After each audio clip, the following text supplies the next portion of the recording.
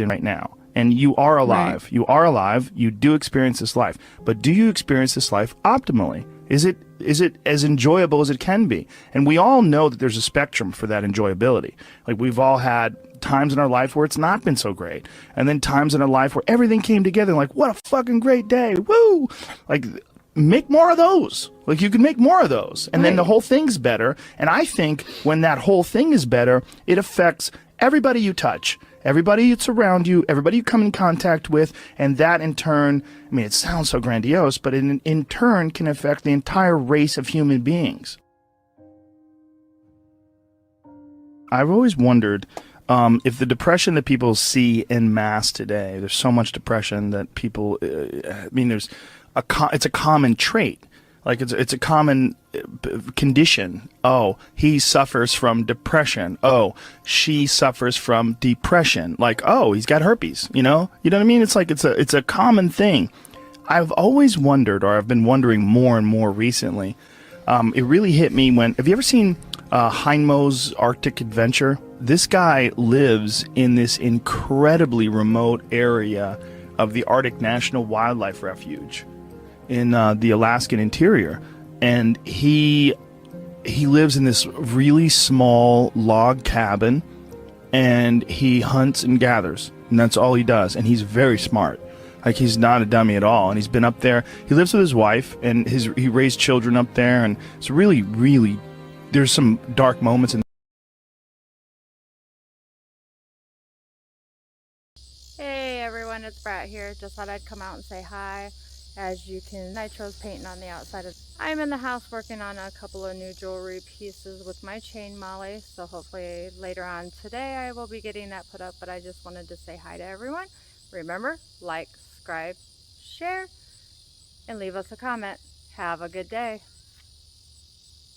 It's really intense when they revisit the site and leave flowers, and it was like 30 years ago, and they had several children since then, but this moment is still like this intense moment of loss for them when they lost their baby. But this fucking guy is very happy and very, very smart and very connected and very articulate.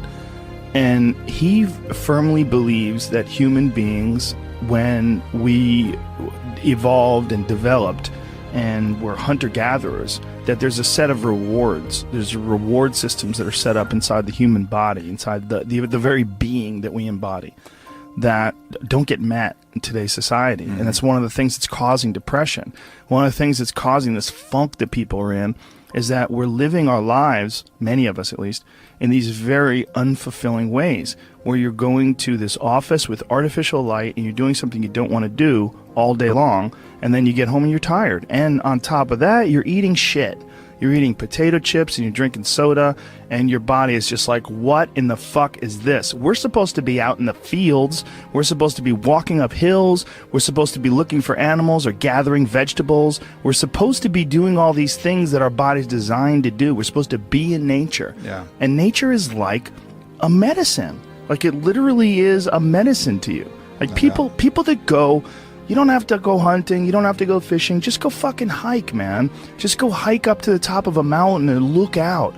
You know, there's a reward that you get from that is intensely, like, soul-filling. There's, like, something about, like, when I was in Colorado, and there was this this area of Boulder where you drive up one of these roads, and there was this area where you could park.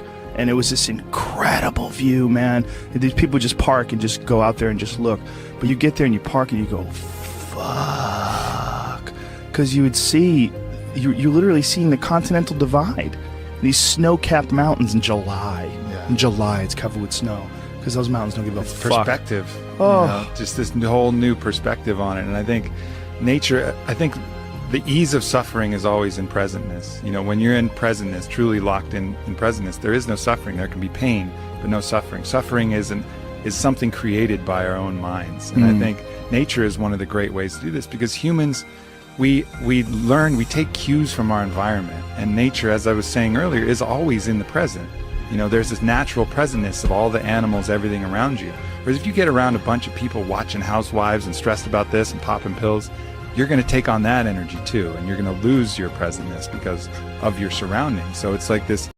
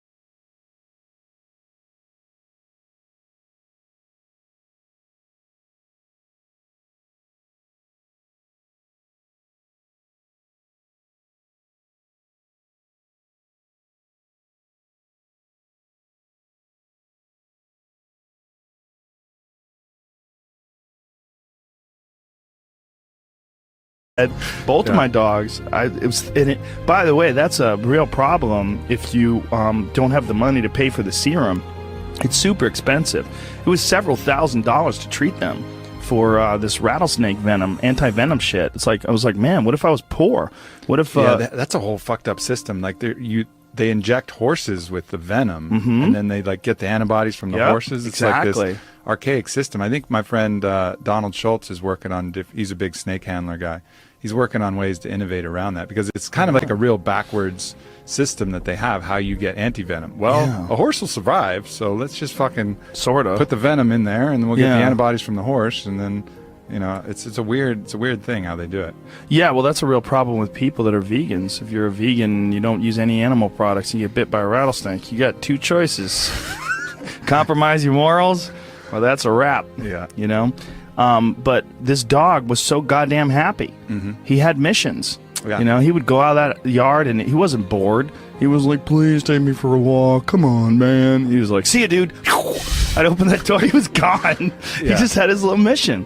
And I think you can see that in the people who are the most unhappy. They seem aimless. They're like, what am I here for? Why am I doing this? Nothing makes sense, you know? And I've even felt it in my own life when, you know, I know what my mission here is. First, my mission is to expand human consciousness, to help people be happy. Like, that's really what I find my greatest purpose in. But every once in a while, I'll get this kind of like fuck people attitude. Maybe someone said some fucked up shit, and I'm like, man, people fucking suck. Fuck people. And then at that moment, that's when I'm actually depressed, you know, because I've lost my mission. Instead of having a mission like, yes, my mission is human consciousness, all of a sudden it's like, fuck people, fuck that mission. They'll figure it out. And then I'm depressed because I've lost my purpose. It's very hard to rise above, like, literally, when something like that happens and realize, like, oh, you're encountering one diseased individual. You got to look at the mass of humanity. Like, when you encounter one diseased individual, it's so, like, this guy who shot up that nightclub in Orlando, you're looking at one diseased individual. And if you say, man, people fucking suck, look at what they did. Well, look at how many people that are responding with rainbows on their Twitter pages and love and all the best wishes to those folks that got killed and all their... I mean, I was looking at this guy's page who's an animal lover who was organizing people to go to the homes of the victims and see if they have pets that are trapped. You know, there's beautiful people out there. Yeah. There's a lot. There's more beautiful people. This is without a doubt not just the safest, the easiest. This is the happiest time in terms of like being able to like reach out and send love to people and have people send love to you.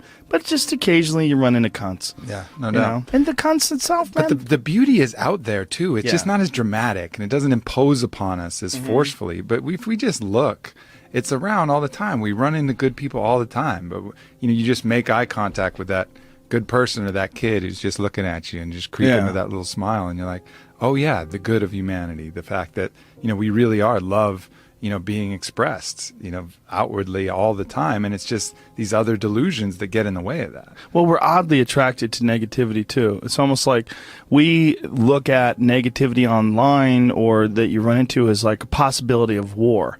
Like, you have to look out, there's fucking drums beating. God damn it, there's an army on the background. They're coming. But, you know, it's like this real impulse to sort of batten down the hatches. When really it's just some fucking 36-year-old loser sitting in his parents' basement, you know, farting and smelling his own farts and angry online. I mean, that's really what a lot of you're dealing with. You're dealing with, like, really sick people. Like, people that have just, for whatever reason... They've not found their path. They've not found any happiness. They've not found any fulfillment. They haven't found any growth. They're just stifled or rotten in some sort of a weird way. It just hasn't really worked for them. Yeah. And so they're lashing out. They're lashing out at the world. And you run into one of those, and you're like, people suck. Yeah, and that's the initial response, and then the more conscious response is to look at them and have compassion for that person. Yeah, you know, that's hard to do, right? That is hard to do, and our system isn't based upon that. Even if you look at the U.S. penal system, it's very much about punishment. Whereas if you watch that documentary that Michael Moore did, Who to Invade Nest, where they go to Norway, they have a whole different idea of what the penal system is for. It's about restoring human dignity and cultivating, you know, a change, really making change in the person. It's not about punishment. It's about actually changing that individual so he doesn't do it again. And then you look at the recidivism rates between our prisons and Norway's prisons, and they're just dramatically different. That impulse to punish immediately you know, is not the healthiest impulse. That's Right. just going to create more issues down the road. You're not rehabilitating anybody. You're just taking even more broken people and putting them out in the world and hoping they're not going to do the broken things. Well, it's not going to fucking work. You know, the right impulse is always that compassion and looking to see, as if that was you, how all of these fucked up elements of the world and choices. I'm not overriding the fact that they had choices in all this. They're not free of guilt. But look at that, like, this is the person that just made some bad choices and had some tough shit to deal with and couldn't overcome it. The resistance in the video game was higher than his skill set, and he wasn't able to choose to work and choose to the positive elements that would allow him to overcome it. You know, Yeah, see that. it's also Norway's dealing with far fewer people. That's true. You know, that's a good thing for them. And it's also they don't have that conquerors mentality that we have. So we're so wrapped up in success and also in punishment. I mean, that is a big aspect of our culture, like punishment. And I mean, like when anybody does anything wrong online, the amount of people that feel like it's their job to shame that person and embarrass that person and insult that person, it's pretty crazy to watch when something goes down. It's all so counterproductive, you know, and I see that in the people shaming people for appropriation, right? So let's say, for example, someone wears a headdress at a fucking festival, right? They're probably they're not doing it to mock the Native Americans, most likely. It's probably like a mild appreciation and interest. I think this looks cool.